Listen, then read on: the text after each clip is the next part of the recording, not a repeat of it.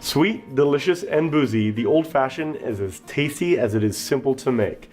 First referred to as the Old Fashioned in the late 1800s, it was shortened from its previous name of the Old Fashioned Whiskey Cocktail, which was shortened from its even longer name, the whiskey cocktail made in the old-fashioned way. So as you can see, this cocktail recipe is very old. The version that we're going to be sharing with you today is a much more modern version of that, and it's one that you can find in many of the craft cocktail bars around the world.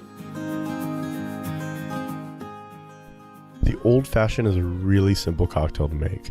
You're first going to start off with your glassware and some ice. The glassware could be a bucket, a rocks glass, or an old-fashioned glass. To that, you're going to be adding 2 ounces of whiskey. I'm using rye in this case, and it gives it a little bit more of a spicy note to the Old Fashioned. We're going to follow that up with 2 to 3 dashes of Angostura bitters and a 1/4 ounce of rich simple syrup. So this is 2 parts of sugar to 1 part of water.